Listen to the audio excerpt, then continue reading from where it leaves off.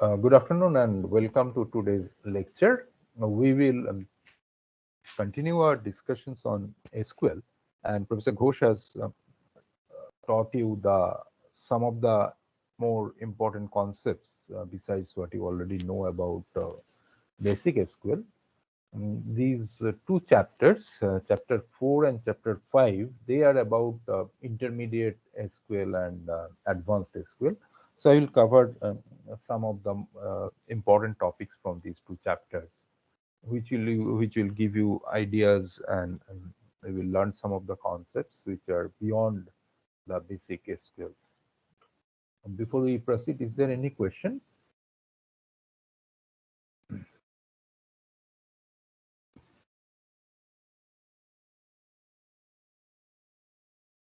Okay, so if there is no question, I'll continue. So here you will see that we'll talk about a few of the concepts which you might not have already studied. Some of them we might have touched upon in previous lectures also. I will talk about that.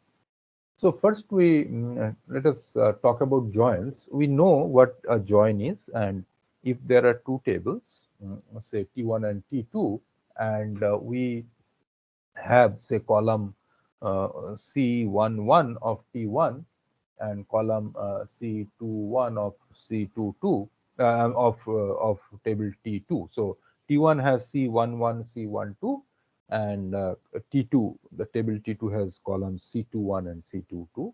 And then if we talk about selecting some information which we need to get from both T1 and T2, where we have to join these two tables. And joining means that if we want to get some information, say I want this C11 as well as C12 from T1, and say C22 from T2, and C21 is the same as C11. So C11 of T1 and C2 of C21 of T2. So they contain the same information. For example, we can have roll number as C11 in T1, and also roll number as C21 in T2. And C12 is some information, say name, and maybe let us assume for the time being that C22 contains the CGPA. So we need to join these two tables on the column T1.C11 with T2.C21. Okay. So that is what we know is called the join operations. Join operation takes two relations and return as a result some other relation. And as we have seen that you can treat it as a Cartesian product on T1 and T2, and then from that we choose a subset so that only those rows for which the value of T1.C11 matches with the value of T2.C21, we pick up that subset as the resulting relation from this um, join. And so they are often used as subqueries also in the from clause. Now, this is what, of course, so we know that there is a relation course, for example, course ID, title, department name, and some credits, and there is a relation called prerequisite, which has some course ID and the prerequisite ID. So here just note of caution that ideally we should have, as you know, a foreign key from course ID in the prerequisite table to the course ID in the course table. But here it is not showing that. Just keep that in mind. That has been done on purpose for this example, that this course ID CS347, you will see that it is not there in the relation course. It is done so that we can actually explain this concept that we are going to discuss now. So otherwise that doubt might have occurred in your mind. That's why I clarified that. Let us assume there is no foreign key defined from the second table to the first table, and this 3S347, that is not present in the relation codes. So that is what we are actually mentioning here. And also that for CS315, as we see that there is no prerequisite. Okay.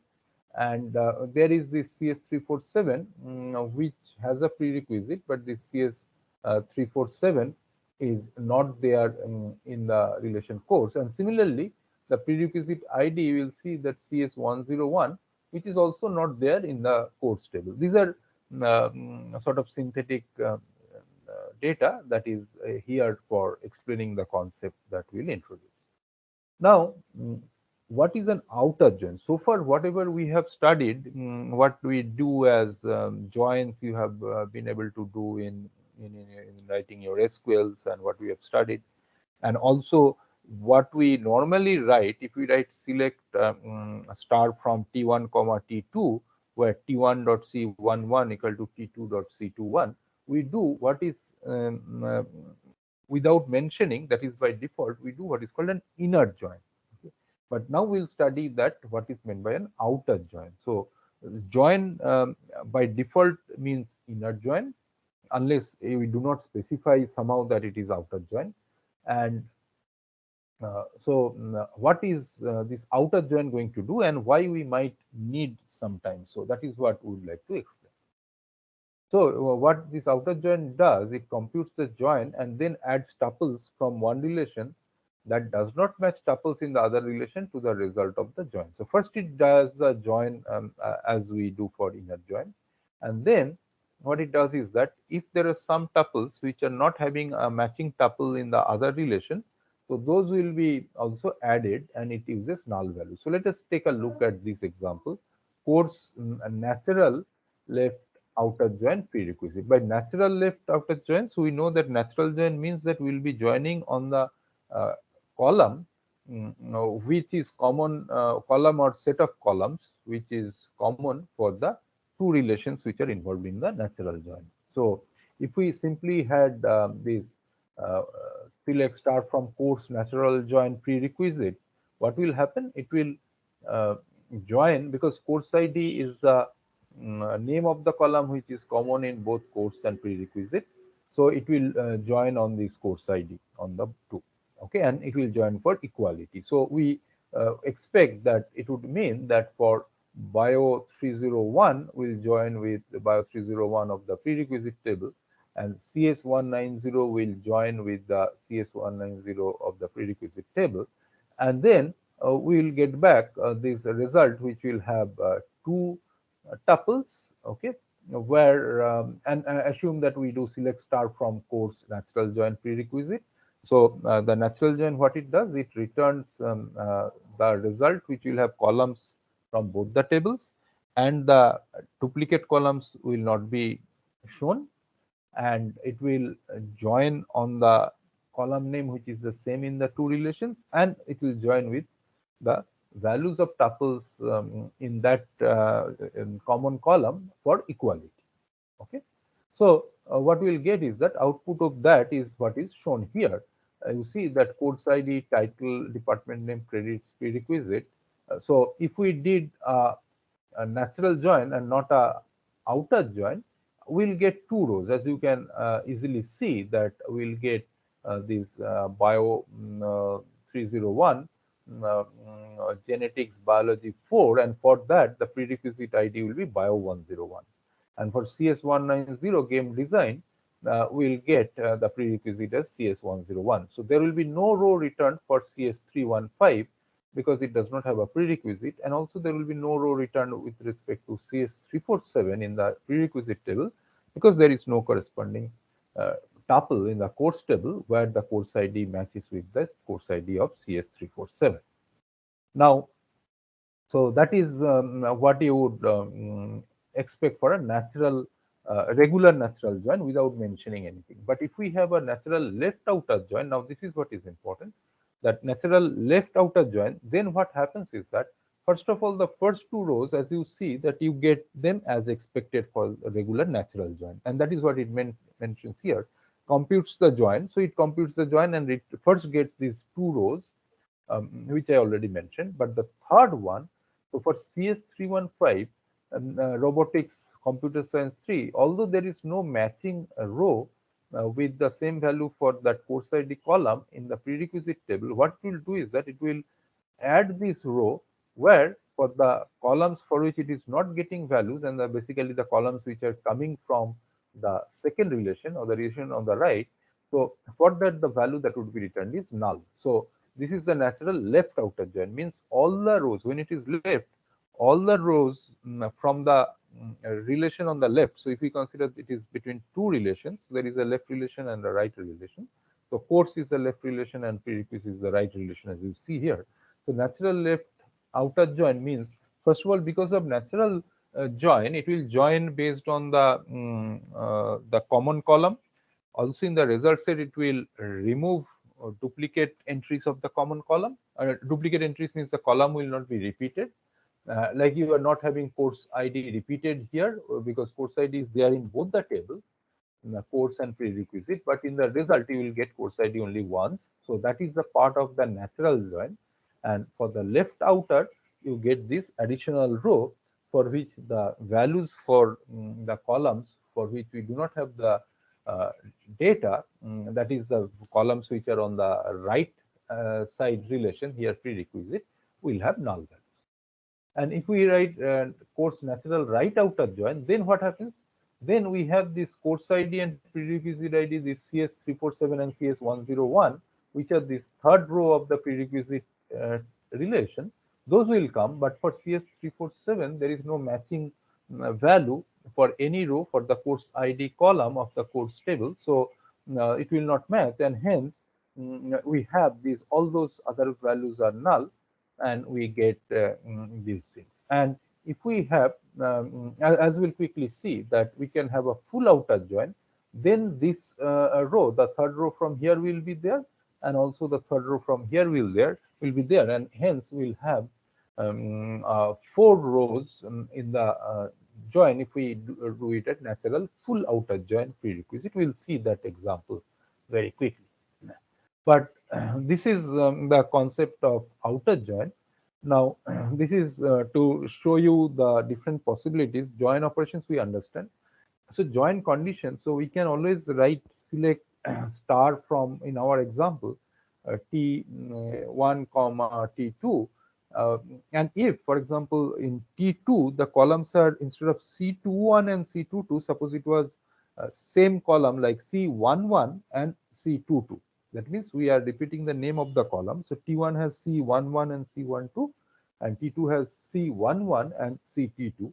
And then if we did a select star from T1 natural join T2, then we'll have C11, C12, and C22. C11 will not be repeated, and we'll have the rows based on the the matching values for the column C11. So that is what we understand. Now, instead of that, instead of writing natural join, we could always write as that select star from T1 comma T2, where T1 dot C11 equal to T2 dot C11. So we could explicitly write that also.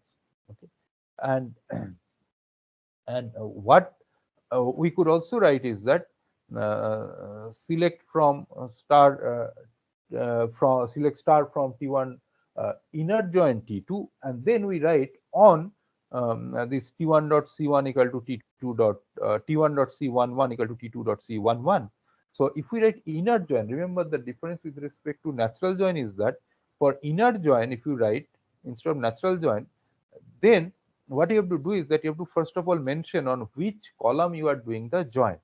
Okay, so when you write select star from T1 comma T2, then actually we are specifying it is as if an inner join. So that's why you have to then mention where T1 dot C11 equal to T2 dot C11 or whatever. Because if you write natural join, this is very important, that if you write natural join, it will automatically consider matching on the same column names in the two tables. If you are writing inner join, or if you write select star from T1 comma T2, then it will first just select star from T1 comma T2 will simply return the Cartesian product. So that's why you have to either write natural join, or you have to write inner join, or you don't write anything. But if you write inner join or don't write anything, you have to mention this join condition as is shown here. So on and then which one. So that means you have to say that on these two tables and these columns on which the inner join will be performed. And if you write inner join, then the column name which is repeated in these two tables, that will also be repeated in your result set. So for natural join, the common column name will not come twice, but if it is not written as natural join, it is only inner join, then it will be repeated. So if we write say select star from T1 comma T2, where T1 dot C11 equal to T2 dot C11, then what will happen is that you will get four columns returned. One will be the C1 dot T11, then T12, then uh, T2 dot C11, then C22. So you have to keep that in mind. Okay. So here we have this, as I said, that natural full outer join. So we had this left outer join where we had this row, in right natural right outer join we had this row, and if we have natural full outer join, you will see that this CS315 that row will come, and the CS347 the other row also will come. Okay. So here we have these more examples, as we said that if we write inner join, you will see this course ID is getting repeated, and here we have to mention on which column we have to do the inner join. Okay. So now I have clearly mentioned that what is meant, what is the difference with the natural join, and we have left outer join is this example that already we have shown that this you see that we have not mentioned this natural left outer join, and because we have not mentioned natural left outer join, this course ID is being repeated. The only difference with between this and this left outer join is that this course ID here, because it is natural, course ID is not repeated, whereas in this case the course ID is repeated. Okay. So we have this natural right outer join where course ID is not repeated, and of course we have full outer join on this using course ID. So we have these things, but here again this will be natural full outer join, because we see that the course ID is not repeated. Okay. Or if we do it using course ID, then otherwise the course ID will be repeated. So unless we write natural, that repetition of course ID cannot be avoided. So here, if we write this one, like we have this left outer join on this, so it is including the course ID. So the course ID repetition of the course ID can only be avoided if we write natural full outer join. Otherwise, the course ID here it should have come. So that is about a little more types of joins beyond what we have already studied. So we'll go to the next topic here, but is there any question up to this?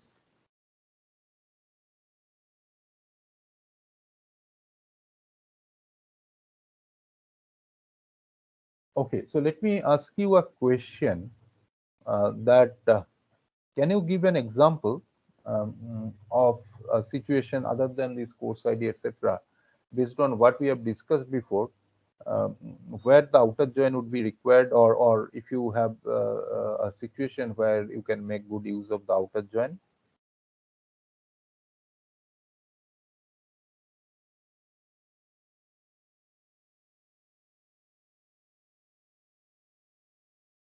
So maybe when we have two tables, one for customer and one for what Mhm. customer has bought, and if a customer has not bought anything, we need a left outer join so as to show the zero for that customer. It will not show zero. Remember, what will it show? It will show null, but when we call count, it will show zero. Okay. Count, that is something that you have to keep in mind, that if you do a count of a column which has a null value, so those null values do not come in the count. That you also have to remember. Okay. Uh, but of course, that if you do a count star, it will count the row. But if you do a count of a column, then that columns, the rows for which that column has null values will not add to the total count. That you have to keep in mind. Yeah, so that is a good example you have given. Another example based on our previous discussion, let me bring that a little bit here so that you get the concept. I had mentioned that I will talk about it later, so let me talk about it now. Remember, we had this ER modeling where suppose we had this department to student. So one department can have multiple students, but a student can belong to only one department. but the participation of this thing is maybe partial.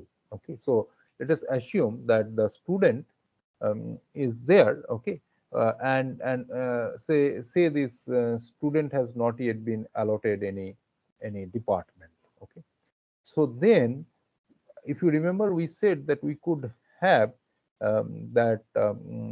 one design possibility if it is the participation is total. Of course, in the table we'll have a department table and a student table, and the student table will have a column called department. Call it department code or department name, whatever, as the primary key of the department entity. And so always for every student we'll have a value for the department code. The other possibility is that if that participation is not total, then we could either still keep the department code as a column in the student table, and for those students for which it is not known, we'll have a null value. And if you remember, the alternative choice we had at that time, we said that we can have a student department table from the relationship between student and department, and there what we'll have the student roll number and the department code, and we'll have rows only for those students for which the department is known. Okay. Now in that case, you see that if we had that design, that we had three tables out of that one to many relationship, which we'll normally not do, but if we did that, then in that particular table we will have these rows for only those students for which there is a department code. And in the student table there will not be any department code column. So now if we wanted to get details of all students and their department, then if we simply joined the student with the student department table on the roll number, what will happen is only for those students for which there is a department code, we'll get the results in our get the rows in our resulting relation. But for those students for which there is no department in the student department table, will not get any a matching row, and hence those students will not be returned. Okay, so in those situations, if we indeed try to go for that kind of a design, then of course we have to ensure that we, when we return, we do a query like student select star from student and the student department. We have to ensure that we do a left outer join, so that all these values for students for whom whether there is a matching row in the student department table or not, will get result in the result set, and of course with null values for the department. And for those for which there is a department, the department code will be picked up. So why I said this is that, you see, the result set will be exactly similar if we had kept the department code in the student table and had null values for those for which the department is not known. But here what will happen in this process, we can maintain the database without any null allowed column. As I mentioned, there could be some Puritans who do not want it. But then as you see that we have to actually get back the result with this query which involves a join, and join, as I had mentioned, is always expensive. But even if I did a join but did not do the outer join, then what will happen, I will only get students for which the department is not known. That means there is a matching row in the student department table, and hence I will not get any result in any rows for those students who do not have a matching row in the student department table. So I wanted to convey this to you because this will help you to relate to what we had discussed before. But the example that just now was given is also basically similar, that for some customers there is, say, no product or something. So we may want to get all of the customers, but even whether they have a product or not, those who have a product, the product will come in the result set, but those who do not have, their other details will come, and value for these columns which are there in the second table will come as null. But that also will require this left outer join. So, and likewise you can have a right outer join and so on. So, so that is where we see that there are practical reasons why we need the outer joins. Any other question? Sir, I have a doubt. Mm-hmm. So, Yeah, let's say there are two tables, T1 and right. T2. and we did a natural outer join. So Natural left or right? uh, full outer Full. join. Okay, That's it. okay, Yeah, yeah, full. fine, fine. Okay, very good. Okay, So so let me go there. Let me go to some example here. Yeah. yeah, like this, natural full outer join. Yes. So so the table, we have aliased the name of two tables to T1 and T2. Mm-hmm. So the name of the column which would be left would be T1 dot course ID or T2 dot course ID. Okay, okay. How would Good. we recognize like of which table is that? Very good point. Okay. Uh, Excellent question. So first thing is that if you write it natural, okay, then if you remember, I said that it will come only once. Okay. So usually in that case, it will not have the qualifier. Okay, the T1 dot or T2 dot. Okay, like here you see it is not saying whether it is that course dot or prerequisite dot. It is having course ID because it is natural. Okay. Now, if it is you're not writing natural, it is just that you are writing outer join on these columns like the other examples. So here, what you see that it is course ID is there. So that is actually not, it is only showing it conceptually. But if you write the code, you will see that if it is T1 and T2, you will come as T1 dot course ID and that the second one as T2 dot course ID. Okay. So that is how Yeah. it will show. Yeah. So that is how it will disambiguate. Okay, so natural full outer join. We cannot use aliases there. You can always use, so you can always use, and see the point is that when you are using aliases, then the columns always will get preceded by the alias name. Okay, but if you do not do it, so usually this will not get uh, uh, uh, preceded by the alias by the table name. Also, one other important thing is that, say, if you let me give you this example which will make it clear.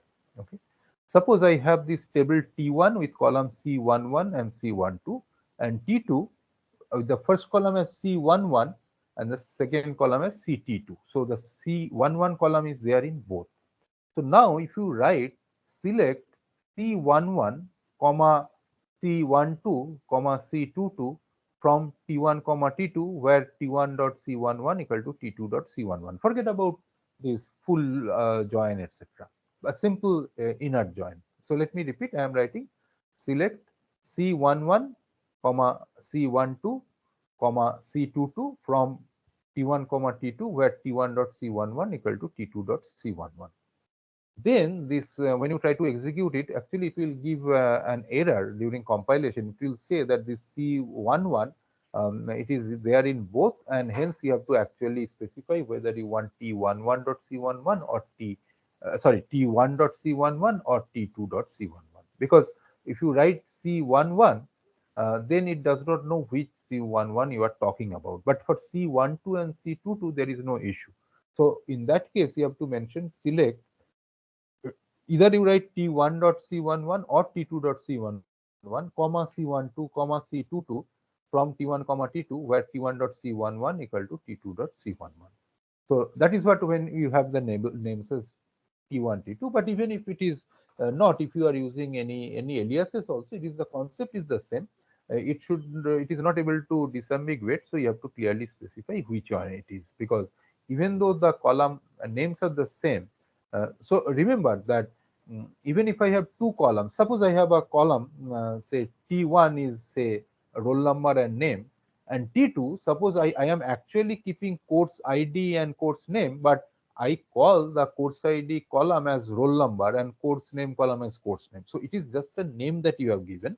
So when it is so, then the system will not know that you are actually referring to that as that roll number actually refers to course ID, or it is actually the roll number, or so on. So if it is natural join, it will try to match them based on the name itself.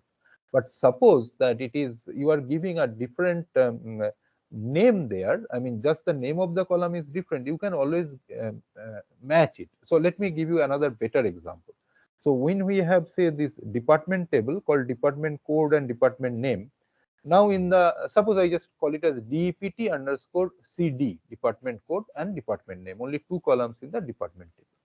And then in the student table, I have roll number, name, and instead of DEPT underscore CD, I just write DEPT underscore ID. I call it as department ID. Okay.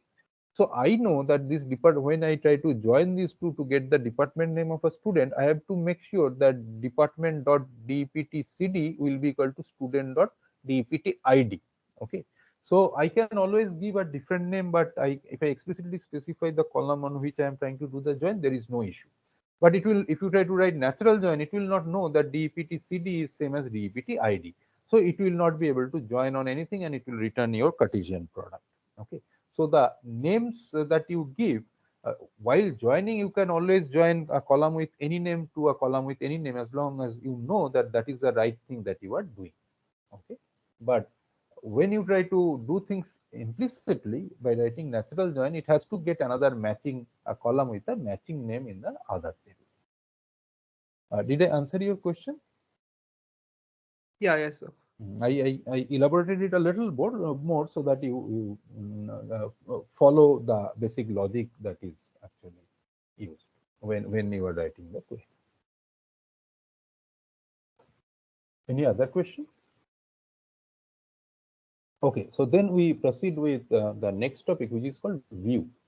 So as you see that if we have uh, too many different selects, etc., the SQL statement might look a little too complex. Okay, and sometimes we use this concept of view, which serves two purposes. One is that our some of the queries, the select queries, look a little simpler, and the other is that you may want to restrict access to all access to some of the columns of a table to certain users. Suppose I have a table which is I'll take it as, say, um, like this one. Say if we have instructor table where you have instructor ID, name, department name, and salary.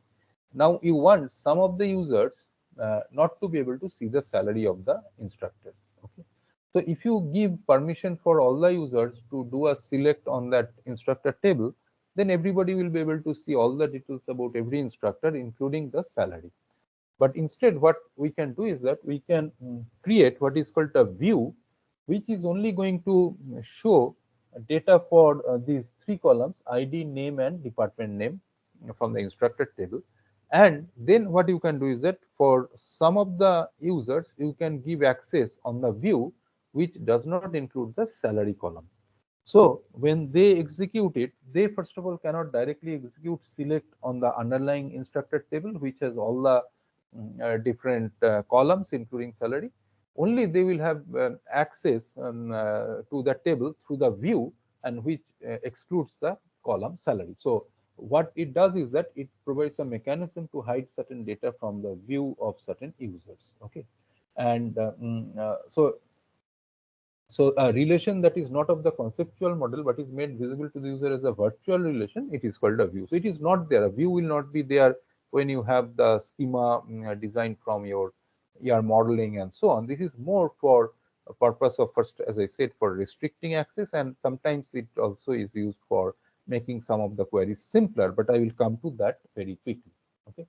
So how you define? So it is like a data definition language where you write create view name. This is a standard SQL. So v is the view name as, and then this query expression is any legal SQL expression, like any select. Okay, by that SQL it means a select SQL expression. So create view v as, then any select that is otherwise valid is valid as part of this view. Okay. So what is kept in mind, to be kept in mind, is that once you have created this view v, then everywhere where you can write a select with a table name, you can also use a view name v. Okay, so I can have a create view my view as this. Another could be create view your view as this, and so on. And once I have this my view, your view, and so on, so you can have a select star from t1 comma my view, where t1 dot c11 equal to my view dot sum my view call or something. So it will be as good as any other table name. Or you can join two views, like I can write select star from my view comma your view, where my view dot some column name equal to your view dot some column. So that is what you can do. Also, what we need to remember is that let me first show some example, and then I will tell you what is the advantage. And what are the things to keep in mind. That create view faculty, as we said, that ID name, department name without the salary. Okay. Or we can get all the instructors in the biology department. Now, what we can do is that now, all instructors in the biology department, so select name from faculty where department equal to biology. So you see that you are getting names of all instructors in the biology department, not from the instructor table, but from the faculty view. So you see that from faculty, and faculty is defined as a view. So select name from faculty where department name equal to biology. And we can also create something with, as I said, that any select statement will be fine. So we can have create view department total salary, and then you can also specify the names of the columns of that view, because if there is something like an aggregation, etc., so you have to specify what would be the names of those columns. Okay. So you have department name comma total salary will be the two virtual columns of this view, as select department name comma sum salary from instructor group by department name. So what we will have is that we will have this departments underscore total underscore salary view created with two columns, department name comma total salary, and they will have the names of different departments and total salary of the instructors. What is very important is that so you can have this create view, which is created from code section, and so you can have some of these. The first one is a view created from the table, and the second one you see that it is created from the view itself. So you can define a view on another view and so on. Now, before I proceed, one point you have to keep in mind is that let us look at this create view faculty as the select ID name, department name from instructor. Remember that it is creating only this view definition faculty. It is not, this is important, it is, I am repeating, it is not going to store data in this faculty view. So it is not going to actually fetch these column values, ID name, department for all the rows of the instructor, and store them once again in that faculty view, so that when you do that select name from faculty where department name equal to biology, that it will pick up from only the data that is there in the faculty view. That is not going to happen. The view does not have any data in it. So when you have this select name from faculty from department name equal to biology, what it will do is that this faculty view, it will actually expand, and as if it will replace from, and then faculty will be replaced by select ID name, department name from instructor. Okay, as if it will be a subquery there. Okay, this faculty view will be replaced by the subquery select ID name, department name from instructor, and that is how it will be expanded, and then the query will be executed. So very important that view is not going to store any data. That is what you need to keep in mind. There is something to it. I'll come to it very quickly. But the other point that you see is that if we have this view, then what will happen is that because you are using it under from, so it will, the query processor has to spend a bit of time in expanding the definition of the view, as compared to if you had already written it directly as a subquery there. Of course, in this example, I could always run the query select name from instructor where department name equal to biology. So that is there, but this is just to give you an example.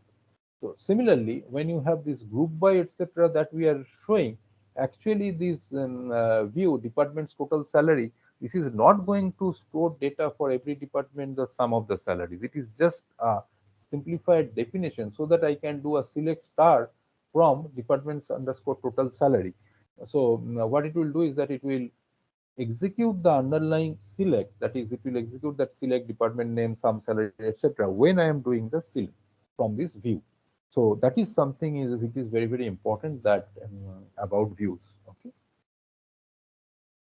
There are a few things that we need to keep in mind for updating of a view. So we said so far about selecting from a view, which is very easy.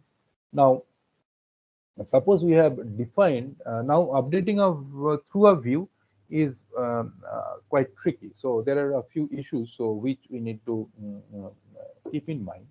suppose we created that faculty view where we had these three columns, right? ID and then name and then the department. Now suppose here I try to do it, insert into faculty. Remember, faculty is a view, values this. Now here in this view there is nothing called a salary. So when it goes into the instructor table, it has to also put some value for the column salary. So what it will do is that if that salary column allows null value, then it will actually go and put this kind of a tuple in the instructor relation, where the value for the column salary will be null. Okay, but then of course it is assumed that that salary column allows null values. If it does not, then you cannot insert through the view into the base table. That you have to keep in mind. Okay. So some updates cannot be translated uniquely. So suppose I have this select. So I have instructor info, select ID, name, building, instructor department, where instructor dot department name equal to department or department name, and then what happens is that it is the point to note is that you have two tables, instructor and department, from which this view is built. So now, if we try to insert that this is this ID and then name and then Taylor. So which department? If multiple departments are there in Taylor building, so what happens is that you do not know that which department for which I have to insert this. And if there is no department as in Taylor, then what will happen? So I can try to force something, but that Taylor is already not there. So uh, because there are these issues that you have to keep in mind. So most of the times, these SQL implementations, they are quite restrictive in allowing updates through views. So first is that they allow updates only on simple views. Okay, that means which are the from clause has only one database relation. When there are multiple, there will be these difficulties as to where you will go, and there will be a lot of ambiguity. And the select clause contains only attribute names of the relation and does not have any expression, aggregation, or distinct specification. Because if you see that if we have these types of cases where we have this aggregation, then you cannot enter something in the aggregation because it has to go and actually put values for each row. So there is nothing called an aggregated row. And an attribute not listed in the select clause can be set to null. So this is about this example, that this salary can be set to null. Otherwise, it cannot allow. And of course, the query does not have any group by or having clause and so on, because those are going to be very confusing. So as you see that updates through views are only restricted to simple situations like this one, where basically this salary column allows null values, then only it will be allowed, but otherwise it is not allowed. And it is not also a great idea to try to update anything, the underlying relations through a view. So the take home point is that you use the views to simplify things and and restrict access, as I mentioned, for some security, but you do not try to make updates through these views. Also for simplicity, so the point that is important is that if you look at this view, just to give you an example, this create view, this one, which gives department wise total salary. Now suppose in many cases, many places I need to get this use this table where I have to get the total salary department wise. Now for everywhere, instead of writing this group by SQL, we could simply do a select star from departments underscore total underscore salary, and the view has been defined in one place, and it is known to all the developers, so they can make use of it. This is a not too complex query, but if there are complex queries, instead of everybody trying to write the query themselves in a large such software development team, so the views can be defined in some central places by some more experienced people, and then everybody can simply make use of those views. And as we said, that we can write a select from a combination of views and a table. So you can always make your query look simpler, but it is not necessary that it is going to run faster. So rather, because of the time it will spend to expand the query, it is likely to run a little slower. But it makes uh, every query look apparently simpler. So as we see that there are some even more tricky situations. So if we have a view where history instructors is select star from instructor department name equal to history, and now if we try to insert through this something where the department name is say not history but biology, then what happens is that you are trying to insert something through a view which does not show up in the result set of the view. So here you see that it selects star from instructor, means it returns ID, name, department name, and salary from instructor, but only for those the department name is history. So it will return the department name as history for all the rows if we do a select star from history underscore instructors view. Okay, but then if we try to add this, that we are trying to add or insert a row where otherwise it is simpler, that it is having all the values null allowed and all is not an issue. Also it is only on a simple single table, but what you are doing is that you are trying to insert something through this view which does not show up in this view. So that is something which is definitely not intuitive, and it is never allowed. Okay, that you enter something through a view, a tuple which does not show up in the result set of the view in the first place, because this biology being the department, this will not show up in that view definition itself. Like if you do a select star from history instructors, then if we allowed this to be inserted, then you are allowing insertion of something through a view which that view itself does not allow you to see. So these are something which are tricky situations that we need to keep in mind. Now, finally, I said that the views do not store any data. That is very important. We definitely keep that in mind. But what often is done later on when you talk about data warehousing and all, there are some cases where some of the views are what we call materialized, means that they are actually, you define the views and also you ensure that they store data, and then we call those as materialized views. Okay, so in that cases there is a physical table that contains all the tuples in the result of query. So when the relations are updated, so the materialized view result becomes outdated. So we have to ensure that the materialized views are also updated when the base tables are updated. Okay. So for example, if we consider this, that a simple example, let us take the very first one. Like create view faculty as select ID, name, department name from instructor. And if we uh, see that if we do not materialize, if we change, add a row in the instructor table, then when we do a select star from faculty, so that new row will show up. Okay, but if we did a materialization, then if that is a physical storage, then that will be having rows which were there in the base table instructor when the materialized view was created. So if later on if you add something to the instructor table, that directly or on its own will not go to the materialized view faculty. So you have to ensure that you are also maintaining, that is what the materialized views, that whenever there are some changes in the base tables, these are also going to update the materialized view. Okay. So I think what we can do is that we can stop here, and uh, we can take up the other topics on intermediate SQL and advanced SQL in our tomorrow's class.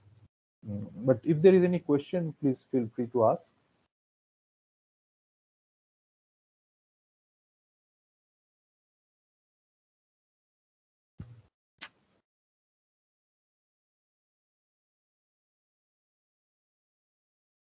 Okay, so if there is no question, then I am stopping the sharing, and also I am stopping the recording.